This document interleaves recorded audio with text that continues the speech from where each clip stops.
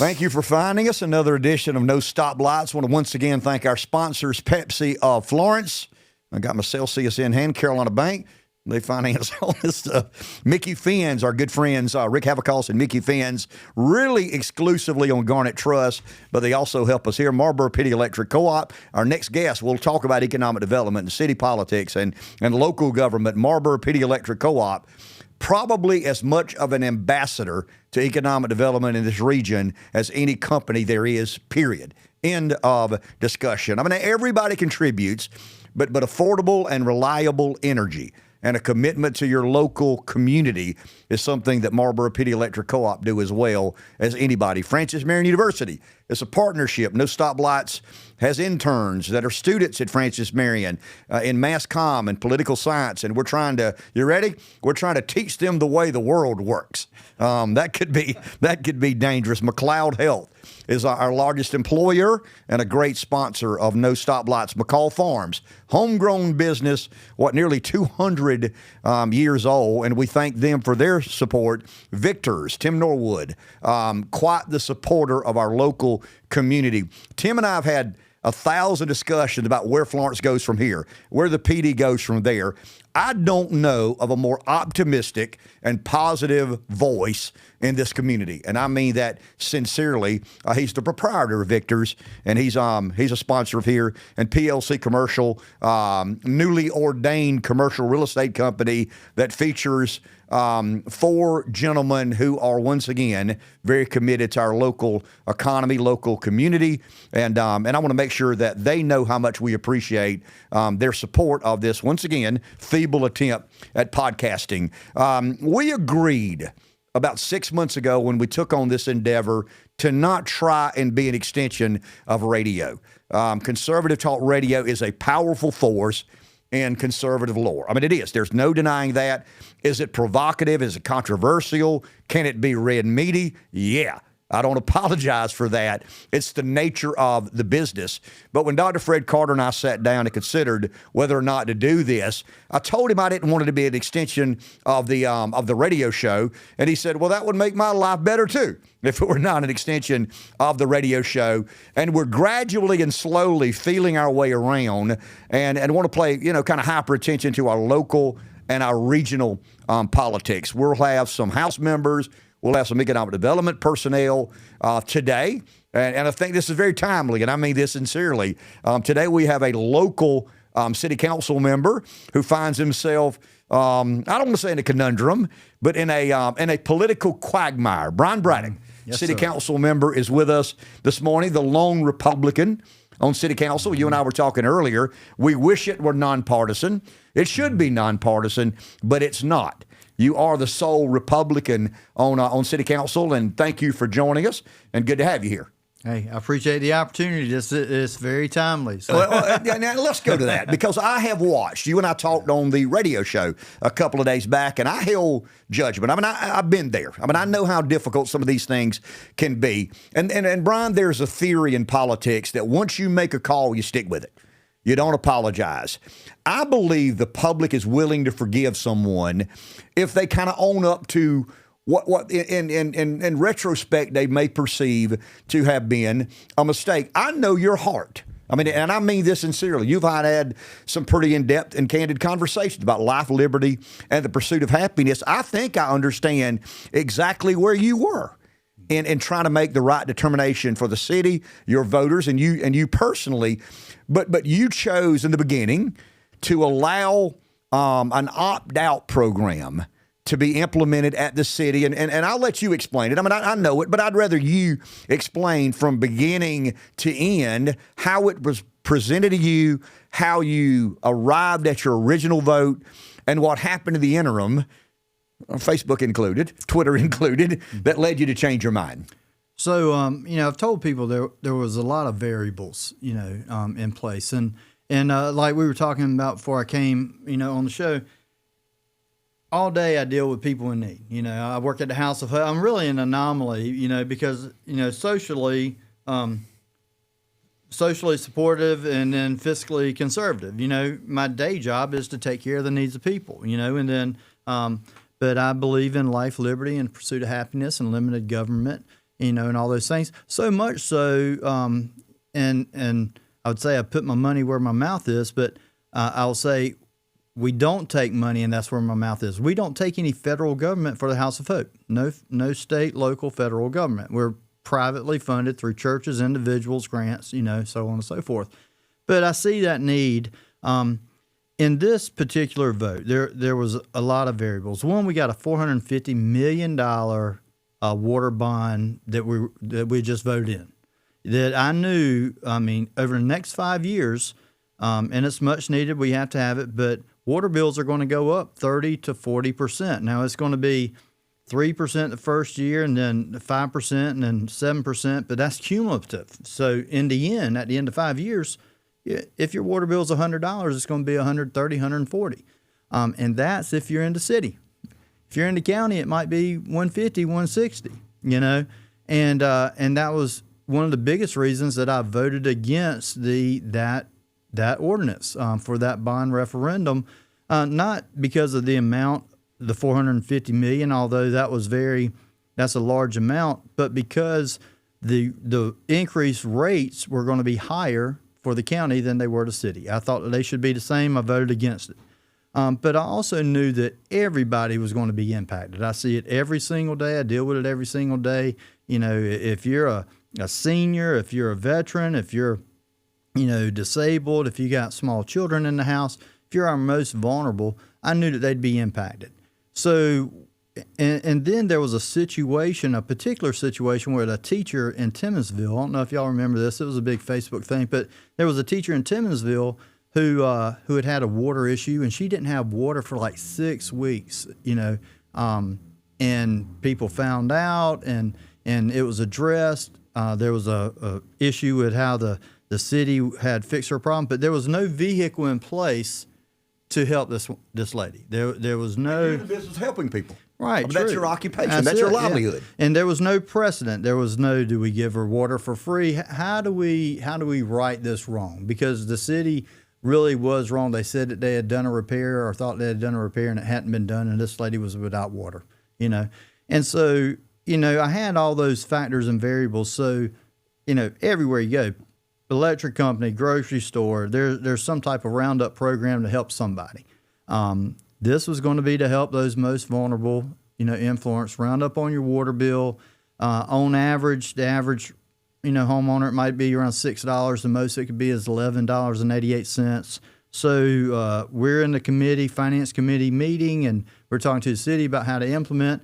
And they said the opt-out version would be the most successful and the easiest to implement. And with that, we said, well, we need to, if we're going to go that route, we need to give time and space. So we said, okay, we voted in, but we're going to give 6 months for people to opt out. We're going to let them know how to opt out. And really where I messed up is I wasn't as sensitive to that as I should have been. I was taking, the amount of the bond, the effect on city, the difference between city and council, the people to be impacted. And I really didn't give stock to the opt-in, opt-out version the way I should have, honestly. And so, we voted in. It's 2 readings, it's in the news, nothing, don't hear anything about it. And then what did I do? I didn't put out a politically taunting Facebook post. All I put was the link. Here's the link to opt out of the new water program. Holy smokes. That's when the crap hit the fan, oh, so to speak. My goodness. I alluded to stepping on a hornet's nest, I think, on the radio show the other day. You step on a yellow jacket nest, a ground hornet nest, and you don't know what you stepped in until you're 100 stings into it. But, Bryan, you did something that so few elected officials do. You owned it. There's an old cliche or strategy in politics. Somebody goes back to my time in the game, so to speak. Mm-hmm. If you make a call, you stick with it. And if you got to double down, you double down. Trump-like, you got to triple down, you triple down. You got to quadruple down, you quadruple down. What led you down the road of a mea culpa? Really, my history. I I have found my victory over addiction and owning it. And if you make a mistake, you got to own it. And do you believe you made a mistake philosophically, or you made a mistake as a Republican member? Because when I ran and served Bryan, at times I got conflicted. I mean, I come from a very rural setting where I watch jobs leave and I watch opportunities leave, and the government had a hand in some of that. So philosophically, I'm limited government, I'm personal independence, I'm pick yourself up by the bootstrap, I'm rugged individualism. But then there's the humanistic side of that. And I think, I don't want to put words in your mouth, but I know you well enough to believe that you struggled with being a conservative Republican, but making it easier to help your fellow man. Yeah, quite honestly, given everything that was going on, making sure that things were fair and helping those mostly impacted was my motive. My mistake was that I did not give the right thought and into this opt-in, opt-out. Of everything else going on, that really was the biggest part. And I missed it. I mean, I completely missed that because, my eyes were elsewhere. My heart was elsewhere. My eyes were elsewhere. And I didn't take into account the impact. So where do we go from here? I mean, you've made public your apology. Yeah. You've owned it. You've admitted that, hey, my decision was probably not reflective of the people that keep me in office. And ultimately, your job is to balance how you feel with how you think your constituency feels. Where do we go from here? Well, I'm going to do what I said. I'm going to ask my fellow council people. I'm going to go to them and look for a path to changing it. It's not going to happen overnight. It's going to take, conversation. But that's what I told people I'm going to do. That's what I'm going to do. I am the lone Republican on council, So, I'm one vote. I need 4. But that's what I'm going to do. Are the other Democrats... Sympathy and politics don't necessarily go together, because when there's blood in the water, there's normally sharks circling. Yeah. But are your fellow council members sympathetic to the fact that you are a Republican and the majority of your constituents have a different worldview? That's why we have 2 parties. Sure. If we had one party, everybody feel the same way. We have 2 parties. That's the contrast in politics. But have you had conversations with your fellow council members about your decision and how to help go from here? Yeah, surprising. It's not surprising to me, but it'd be surprising to most. Is that even as the only Republican, my input and what the input of my constituency is always asked. It's always asked. They want to know, and that doesn't mean they're going to change, but they always give me the respect of asking about the impact it's going to have on me or my voters. And like I said, with this one particular caveat of it, I didn't consider, how significant it would have been. Now afterwards, they're very sympathetic. Sure. Now are they coming to save me on Facebook? No. you made this mess, you deal with it. That's right. The nature of politics. That's right. Has this influenced your opinion about nonpartisan local elections?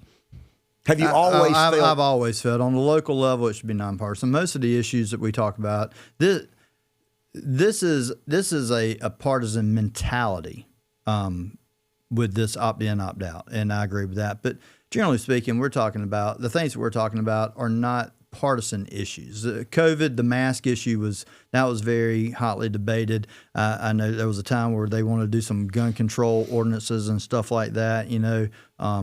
There's some things that are, but for the most part, it's not partisan. And what happens when you have partisan politics on a local level, you're allowing the national political scene to dictate your governing body locally. And we're not talking about immigration, and we're not talking about abortion, and we're not talking about those things. So it muddies the water, so to speak. Well, she could have chose something better, but it muddies the water. Well, in the national media and the national discourse makes you choose one side or another. I want to ask you this. I probably know more about this than most do because I served in local government at the county level. I served in Columbia. There was a sale of the county's water department to the city. The city basically has a monopoly on water. We're talking about economic development. We're in one of the fastest growing states in America. We have a chance to really redefine who we are over the next decade and a half. Three things that are always kind of leading the way in economic development are reliable and affordable energy. We talked about MPD Electric Co-op a second ago. They're always at the table when some of these, I don't want to say negotiations, when some of these interactions happen. So energy, water, and workforce. It's not your job to educate a workforce. It's not your job to make energy affordable and available. It is partially your job to address the situation with water. I'm concerned. I'm not concerned about Bryan Braddock's role in that, but I'm concerned about where we are and how we get where we need to be. Talk about that as much as you can and are willing to. Well, everything that the city does in terms of economic development comes out of the water department. I mean, what we're able to do is we're able to borrow money. We're able to bond off of future earnings with the water department. So, when we're looking at AESC, when we're looking at the behavioral hub, downtown, anytime someone comes to ask the city for money, for a major project, whatever it is, that money is going to come from the utility because that's the only money that we have. The general fund pays for your police, your fire, your public works, tree, trash, those things, those functioning things. So there's no money. You can't take $1 million from the police force to give to the behavioral hub. You know what I mean? Because you got to protect people. So the only place it can come is from that water bonding off of future earnings, and I mean it's paramount. There would be the investment, and all this is public record. You could look on through the minutes, but the city voted to put $20 million towards the water infrastructure for the new battery plant. Well, that was bonded off of the water fund. But listen, you're talking about a $1.6 billion investment now, but more importantly to me, you're talking about 1,500 people making an average of $35 an hour. So for the restaurateur, for the local sports, Irby Street Sporting Goods, Schofield, the appliance place, local business, that's going to have a humongous impact. Realtors, real estate development, all that. So for me, I mean, it's paramount. Now, it's not just economic development. A lot of times money comes out of that for soccer complexes or for museums or any project, whether it's cultural, whether it's economic development, it's money generally that comes from that or grant, some type of state or federal grant. And once again, I'm not blaming Bryan Braddock, but there was a neglecting of maintaining the critical infrastructure. We've run up a big bill because we chose to, once again, previous councils, previous administrations, and I get it. I mean, I understand it. They prioritize spending the money on things other than, and I'm not saying they make bad decisions. They made those decisions, but it's left you guys with a decision about how to repair and the critical maintenance involved in the infrastructure. Are you comfortable with the plan moving forward in operating and maintaining the water system, making the necessary repairs to get it to a better place? Oh, yeah, absolutely. One of the things about it is very comprehensive. The $450 million that we're, walk us through that. The $450 million does what?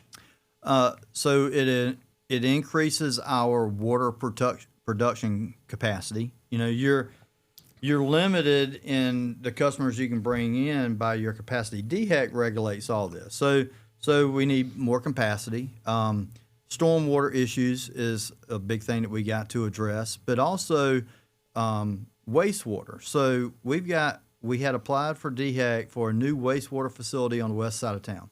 That's where Florence wants to grow. Florence wants to grow west, and now that the school districts have been absorbed, that boundary's gone. It's going to go that way. Well, our water department, our wastewater is off of National Cemetery Road, and our water department is out there off of 327. So we tried to get a plant, a wastewater treatment on the west side of town. DHEC denied it. So we have got to move all that wastewater all the way down Second Loop Road, Metters Road to connect to and get it to National Cemetery Road. That's a huge part of it. We're also, we got to get the wastewater that's running through Jeffries Creek behind Wisteria. We got to get that out of there. We got stormwater issues, around the Y and different things. So it's new production. It's wastewater from the west side of town, and then it's taking care of some infrastructure that we have neglected over several years. You've mentioned a couple of times, and I'm familiar with this. There is some inequity in the rates, the tap fees, when it comes to county and city residents. The county doesn't have water, but they have and I'm going to be political operative here for a second. The county does have recurring revenue in the form of a penny tax. They've got to ask permission from the public to implement the continuation of that tax, but they can, at their discretion, decide what priorities of fundings are. The city, to me, struggles with repairing and maintaining the roads. That there's not a lot of money in the city budget, maybe no money in the city budget to fix and repair. No line item for roads. Okay, and I'm not talking about road beds. I'm talking about resurfacing roads that need to be resurfaced. You're a member of city council. You can't speak for the council at large, but you can speak for Bryan Braddock. Do you believe it's in all of our best interests for the city and county to negotiate in some way, shape, or form the funding of roads and the curtailing of the inequality in rates and tap fees to county customers of the city's water? 100%. 100. Me and Jerry Yarborough are in the same Sunday school class. And there was a time I had two guys from the water department, in my Sunday school class. We talk about it all the time. I think that it should be the same. The big rub has been for the last years is the city having the water and the county having the access to fixing roads. So if that's where the rub is, that's where the fix is, right? Where the rub is where the fix is.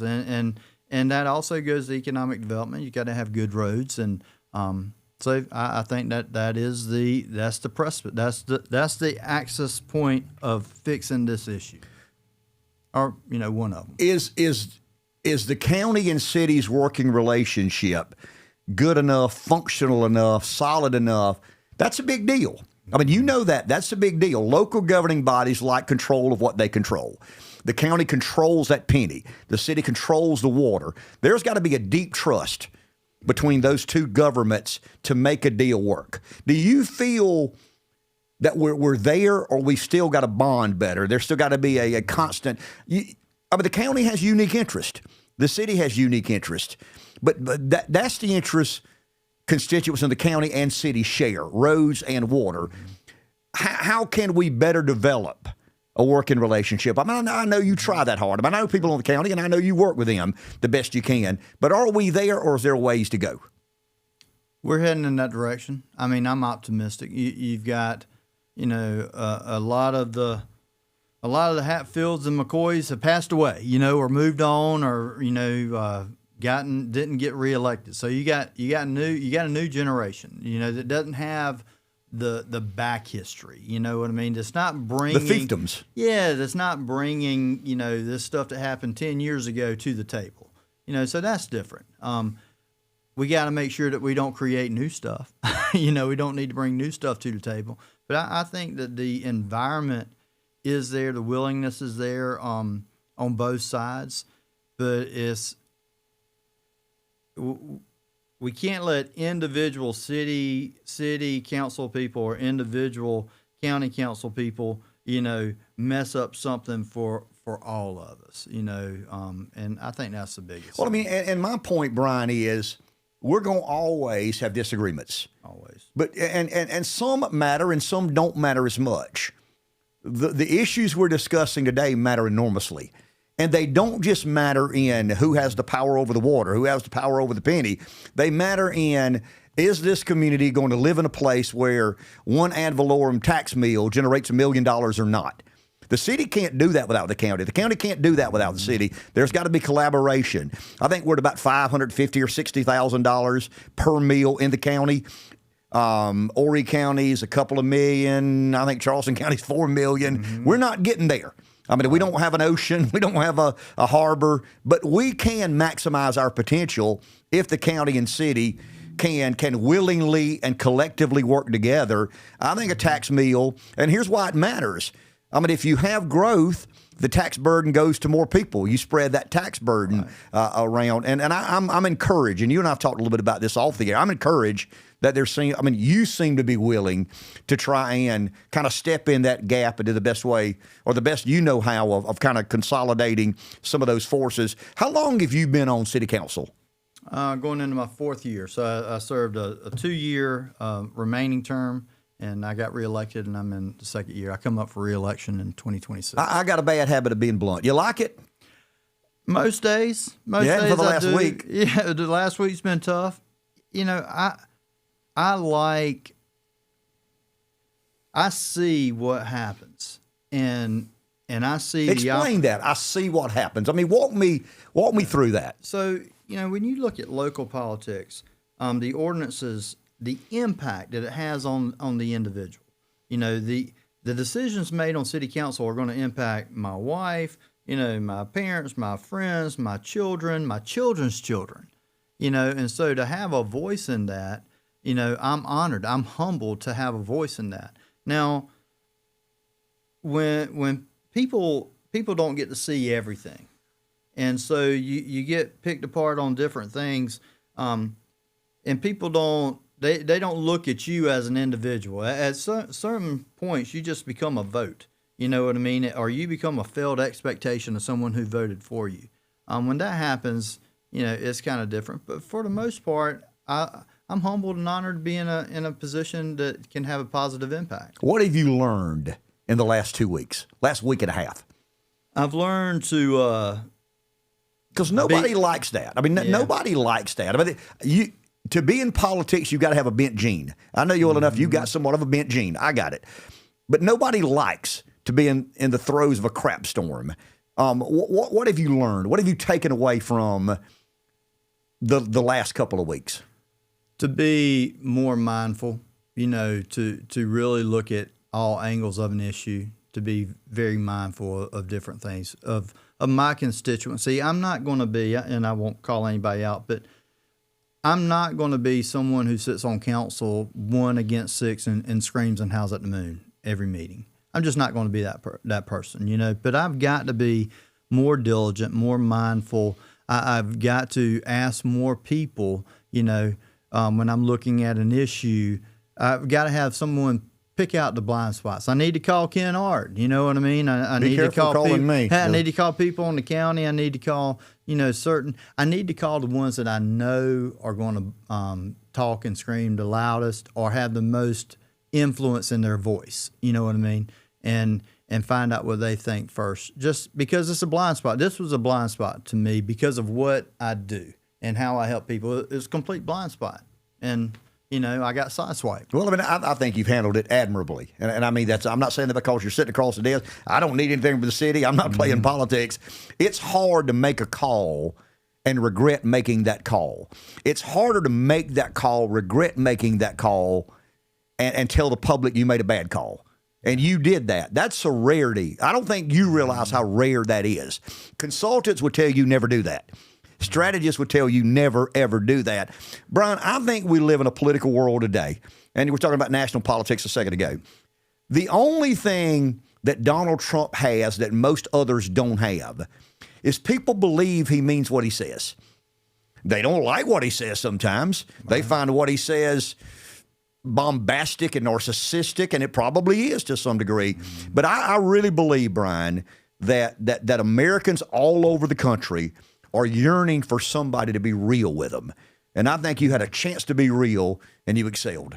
Well, I appreciate it. Yeah, I mean, it's just who I am. It wasn't calculated. It wasn't strategic. I tell people, my wife has been training me for 30 years how to say I'm wrong.